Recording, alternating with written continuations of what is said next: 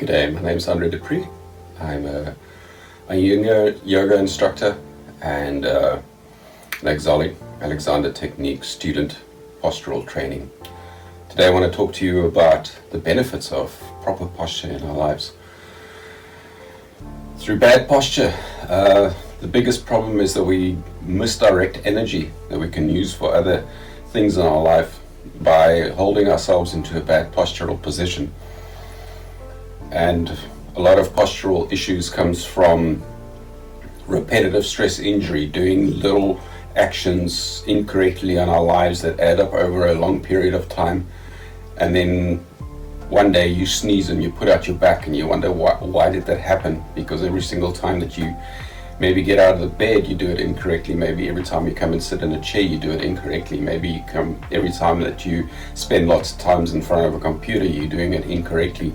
So today I really want to show you little techniques that can make a huge difference in your life, in the way that you, first of all, feel in your body. You feel it centered. What does centered mean? Centered mean that I have my weight evenly distributed around my spine. My shoulders can relax. My head can be in a position of rest, and my mind can become calm because I'm not continuously reminded about my shoulders being achy, or my lower back being achy, or my neck being achy, or my shoulders being sore. So the first thing that we do in the morning when we wake up is we get out of bed. So the reason why we have a lot of shoulder issues and neck issues is that after long periods of sleeping in your bed, all your neck muscles and your shoulder muscles and your back muscles and your abdominal muscles, everything is relaxed and released, and your head weighs a lot. So the first thing that we do when we get up in the morning is we lift our head up, which completely and totally is the wrong action. Your body is not geared up for that. So that's a little repetitive stress injury. So every single time that you do that on a daily basis over a year, you do that 365 times. And that's a little repetitive stress injury that adds up and adds up and adds up. And every day you're like, oh, my neck is just a little bit more sore. And it's just layers and layers of repetitive stress injury that added up. So I will demonstrate now to you how to correctly get out of a bed last. So I roll over to the side, let my head rest down, bring my hand up, keeping my neck hanging all the way down until I'm sitting upright. And then once I'm sitting upright, the last thing that I do is I lift my head up. So now I've used the strong muscles in my body to get myself up, and the neck muscles and everything and the shoulder muscles was kept calm until the last point when I was in a position of spinal integrity, just to lift my head up last. We can do a little exercise to correct the action of your shoulders. If your shoulder muscles are weak, and the muscles at the back of your shoulders, the muscles that atrophy the fastest in our body, when those muscles are weak, they can't pull the shoulder back into its joint. So this is the posture that happens. So the shoulders roll forward, I'm closing up across here, and I'm broadening up across there. So now that my head is forward of my spine, these muscles of my upper back has to work extremely hard all day long to pull my head back up so it doesn't drop down to the ground. These muscles were made for a sprint, not for a marathon. So when I'm standing posturally correct, they are at ease.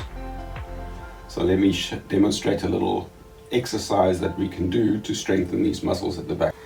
So everyone, you can use a dumbbell for this, but if you don't have a dumbbell, you can use a bottle of milk. Everybody has a bottle of milk. So first of all, you want to just slightly bend at the hips, slightly bend at the waist, and bring your body forward and keep your head in alignment with my spine. So I'm not dropping my spine forward, I'm keeping my spine straight. I'm going to take the hand and place it on my shoulder so I can feel what these muscles are doing, so that when I'm doing this action, I'm not putting the shoulder into the neck. So I want to keep this calm so I can isolate the action of my upper arm. The action is the same as what I will do to pull up my pants. I'm just running my hand up to my hip and I'm keeping my shoulder back, my elbow back, and keeping the shoulder calm. So the wrong action is this. The correct action is the shoulder stays in its position and I'm getting these muscles at the back of my shoulder to strengthen them. So while you're waiting for your kettle to boil, or your tea to get ready, you can stand with your milk bottle and you can just do this action. So the idea is not to overload the joint with weight, it's just a little bit of resistance. And what I'm doing is I'm waking up these muscles at the back of my shoulder so that they can pull my shoulder into action. Wrong action, all these muscles on my upper back coming up, my sternum are dropping down, my breastbone, with the muscles being strong, my shoulder drops into the socket and everything comes to rest. My head comes back into alignment with my spine. Now my upper body can begin. Whenever we sit in a chair and we go like this, our body goes into free fall. Whenever your body goes into free fall, your body goes into stress. So the correct way to get in and out of a chair is to always be in control. So my thinking is not to go to the chair, my thinking is to go up. So the top of my spine, I think that there's a line like I'm a marionette, and it's going up, and all I'm doing is I'm bending at the back of my knees going forward, my knees going forward, and I'm coming to the point where I'm always in control. I'm coming down to the chair. I'm not dropping my hips back, I'm sitting upright, so that I can feel that my pelvis is in the correct orientation, that my spine can rest on top of it. Like water in a bowl, you don't want the water to tilt out sitting like this. You don't want it to drop backwards and sitting like that, because this is all coming back to that wrong shoulder action. So you want to sit upright so that my buttock bones are pointing correctly down, and my shoulder can come to rest and my head can be in alignment with my spine.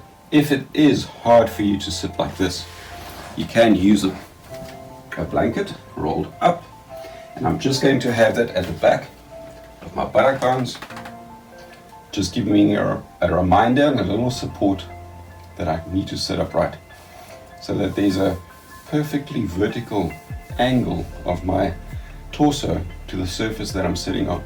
Our chairs are created very incorrectly, where we have bucket chairs that sit like that, and when we go sit in it, it makes our spines roll backwards, and now we're sitting like this. So the shoulders rolled forward, your chest is closed up, your neck is forward, these muscles have to overwork, and your lumbar spine is in an overarched position so that the vertebra and the front are squeezed together and that the back is opened up, which is completely the wrong angle for your lumbar spine to work. The correct action of the lumbar spine is it comes slightly in and upwards, not back and upwards. So by sitting with our pelvis upright, our body can come to a position of calmness and quietness, because this is the posture that it was made to be in, and our upper body can just be calm and at ease, because this is the way that your shoulder was meant to be, and my neck can come forward into alignment with my spine, so my entire nervous system is calm. Thinking about bucket chairs, generally our chairs are tilted backwards, so if I'm moving back, the chair is making me drop backwards. So to sit correctly in a bucket chair, come to the front edge of the chair and sit on that. So that it's not a sensation of your pelvis is tilting backwards, your pelvis staying upright. So now let me demonstrate how to correctly get out of the chair. So I can get up like this and really just make my nervous system overexcited, make myself sore, add to my repetitive stress injury. Or I can just, at my hips, bend by thinking about, I'm not coming forward, I'm going up. So I'm going up, I'm going up, I'm going up. And I get to that point where my weight is transferred to my legs, and I'm using the action of my legs, the strong muscles in my legs, to come up. So the same as when I'm going down, I'm thinking about up, I'm bending in the knees, and I'm coming down to the point, I'm never out of control, I'm always in control. Coming forward, thinking about going up with my spine, transferring the weight to my legs, and coming and standing.